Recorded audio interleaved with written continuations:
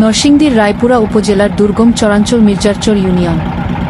এই ইউনিয়নটি মেঘনা নদী ও শাখা নদীর মাঝখানে অবস্থিত। বলা চলে এই ইউনিয়নের চারপাশ দিয়েই বয়ে গেছে নদী।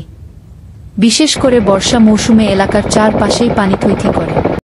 নদী ভাঙন কবলিত এলাকা হিসেবেও পরিচিত এই ইউনিয়নটি। এখানকার নদী ভাঙন ও বন্যাকবলিত চরাঞ্চলবাসীর জন্য 2019 সালে বন্যা আশ্রয়কেন্দ্র নির্মাণ প্রকল্প তৃতীয় পর্যায় এর আওতায় মির্জাচর উচ্চ বিদ্যালয় মাঠের পাশে আশ্রয়কেন্দ্র নির্মাণ কাজ শুরু করে। প্রায় 3.5 কোটি টাকা ব্যয়ে ভবনটির নির্মাণ কাজ দীর্ঘ 6 বছরেও শেষ হয়নি। আমি ক্লাস 6-এ যে সময় আসছিলাম তখন দেখছি ওইটার কাজ চলতেছে।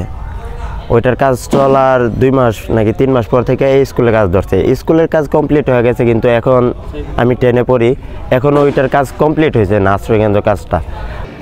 কাঙ্ক্ষিত সুফল না পেয়ে ভোগান্তিতে পড়েছেন চরবাসী।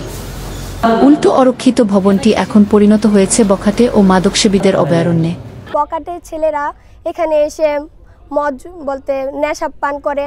এখন যদি এটা সম্পূর্ণ হয়ে যায় তাহলে ওরা আর আসতে পারবে না।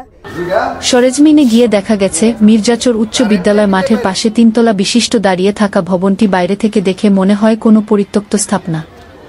অথচ এটি হওয়ার কথা ছিল বিদ্যালয়ের ক্লাসরুম এবং দুর্যোগকালে বন্যার্তদের নিরাপদ আশ্রয়কেন্দ্র।